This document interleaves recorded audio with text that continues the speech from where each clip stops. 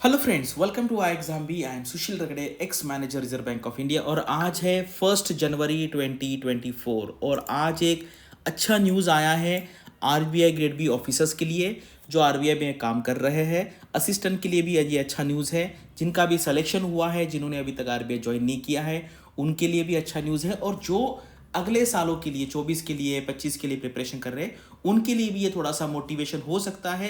क्योंकि मैक्सिमम जो लोग हैं 80-90% लोगों को जो मोटिवेशन है वो पैसे से आता है, अदर अदर फैसिलिटीज से आता है। ठीक है। और ये जो है आप सबको पता है, मतलब ये जो हमारी जो जनरेशन है, जैसे मैं अभी जनरेशन क्या कहते हैं उसको, मिलेनियल से मैं आता हूँ, आप में से कुछ लोग जेनजी से आते हैं। तो ये जो डायलॉग है ये मतलब हमारा एक बहुत क्या कहते हैं दिल के करीब का डायलॉग है। कभी कभी ना ये निगेटिव सेंस में भी यूज़ किया जाता है। किसी को मान लीजिए 1 रुपये का जैकपॉट लग गया तो लोग पूछते हैं कि बाबू भैया इतने पैसे से क्या करो। तो ये यहाँ पे डालने का पर्पज़ ये कि लाइफ में अभी आपको ना बहुत ज़्यादा टेंशन नहीं लेना है। मैंने देखा है लोगों में, स्टूडेंट में प्रिपरेशन बहुत टेंशन लेके बैठते हैं। मतलब प्रिपरेशन कर रहे एग्जाम का, यूपीएससी का, तो वो हंसेंगे भी नहीं। ऐसा नहीं होना चाहिए, इसलिए मैंने ये इमेज डाला है। आराम से रहने का है, पढ़ाई का मज़ा लेना है। मैं बताऊँ, मैं जब प्रिपरेशन कर रहा था ना यूपीएससी का, मेरा सिलेक्शन 2 के बाद मैंने किया नहीं बाद में, लेकिन 2 मैंने प्रीलिम्स का प्रिपरेशन किया, मेंस दिया, मेंस एग्ज़ाम दिए। लेकिन मैंने ना वो जर्नी बहुत एंजॉय की। सो आपको ना लाइफ में मज़ा आना चाहिए पढ़ने में, कुछ भी करने में। तो वही है यहाँ पे क्या होता है, डेस्टिनेशन, लोग ना डेस्टिनेशन, लेकिन एक बार आ गया तो मज़ा नहीं आता। ये जर्नी जो है ना, जर्नी जो एंजॉय करता है वही लाइफ में, मतलब हम क्या कहते हैं, हैप्पी रहता है। फाइनली हमारा एम क्या है लाइफ में, हैप्पी होना। कोई भी जॉब में जाएंगे, आईएएस बनेंगे, आरबीआई ग्रेड भी बने, असिस्टेंट, फाइनली हम हैप्पी होने चाहिए, तभी वो उसको कुछ मीनिंग है।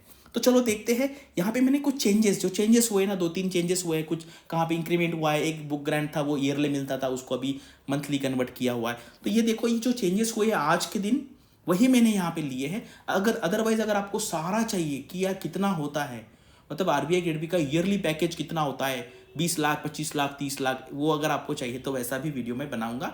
उसके लिए थोड़ा सा टाइम लगेगा। अभी मेरा एक स्टूडेंट है, उसने मुझे सारे डिटेल्स भेजे थे। तो चलो यहाँ पे वीडियो स्टार्ट करते हैं।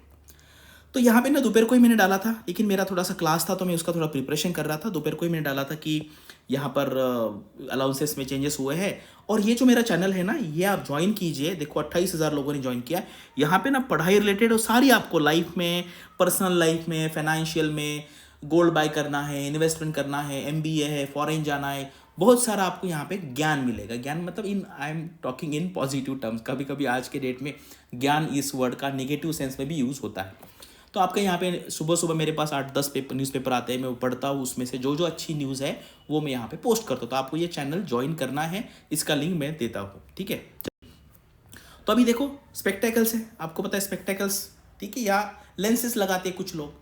तो आपको ये पैसा मिलता है, ग्रेड बी को मिलता है 15,000 रुपये, 2 साल में है। तो ईयरली अगर मैंने ये 7,500 है, ये इसलिए है क्योंकि सीटीसी जब निकालते हैं ना, कॉस्ट टू कंपनी, या आपको कितना पैकेज मिलता है सब मिला के, तो उसके लिए ईयरली कैलकुलेट करना एक राइट स्ट्रेटेजी। असिस्टेंट को ये 8,000 है, ठीक है, ईयरली पकड़ेंगे तो 4,000। तो स्पेक्टेकल्स के लिए है। आई थिंक यहाँ पे ना हस्बैंड वाइफ दोनों को अलग अलग मिलता है। अभी वो सर्कुलर में नहीं लिखा था, इसलिए मुझे एग्जैक्टली याद नहीं, लेकिन ये हस्बैंड एंड वाइफ दोनों के लिए मिलता है।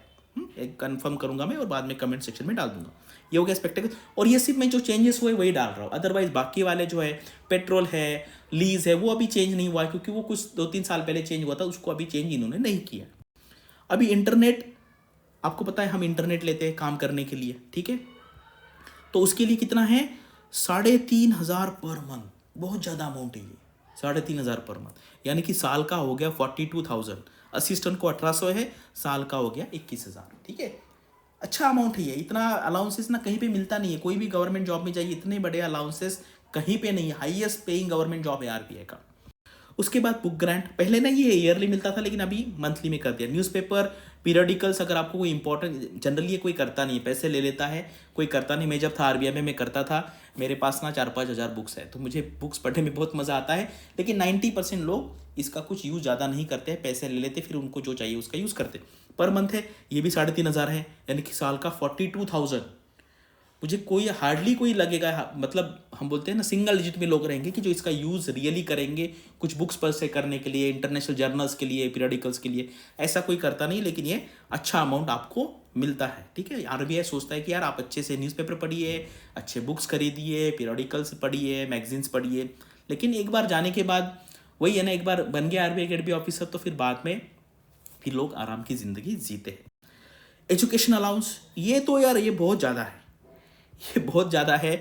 यानी कि 13,500 रुपये पर मंथ। अगर आपको 2 बच्चे हैं तो 27,000। इतनी तो लोगों की सैलरी होती है, इतनी तो लोगों की सैलरी होती है यहाँ पे आरबीआई ग्रेड बी। यानी कि अगर 2 बच्चे हैं तो साल के 4,24,000 तो ये अलाउंस मिलेगा।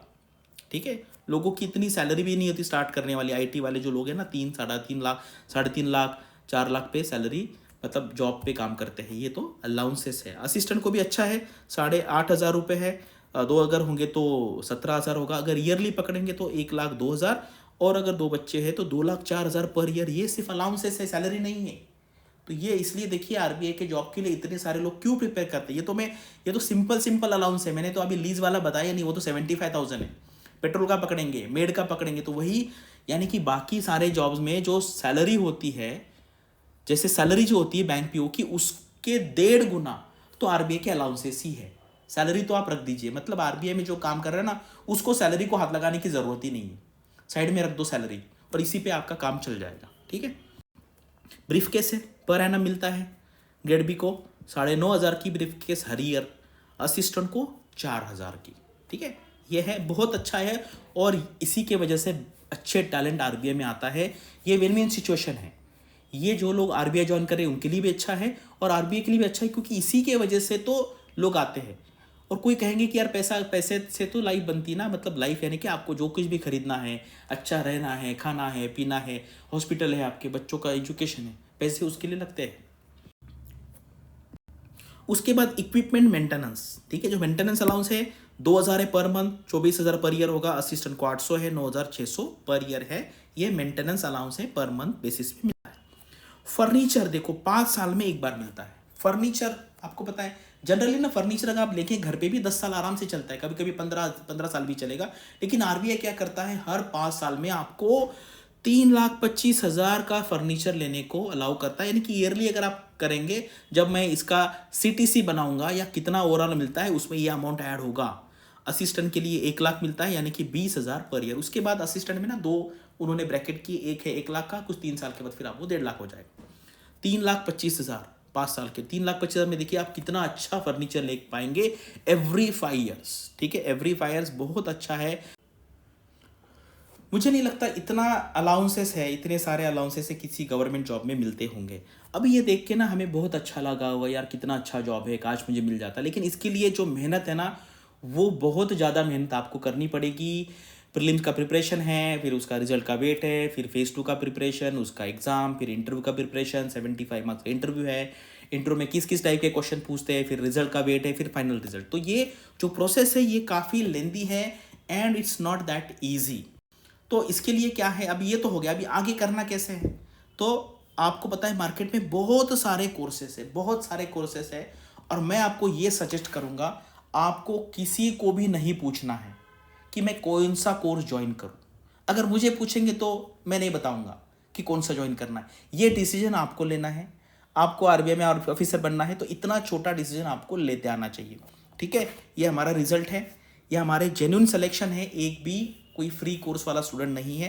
एक्चुअली ना उससे कुछ फ़र्क नहीं पड़ता मुझे लगता है, मतलब कुछ लोगों के इंस्टीट्यूट के ज़्यादा भी आए होंगे तो हमें उससे क्या है। एक्चुअली देखो, यहाँ पे अगर कोई आपको इंटरव्यू को गाइड करता है और आपका सिलेक्शन होता है ना, तो आपको उसको थैंक यू कहना है। क्योंकि जो लोगों का सिलेक्शन इंटरव्यू की वजह से नहीं होता है, उनको पता चलेगा कि इंटरव्यू का कितना इंपॉर्टेंस है।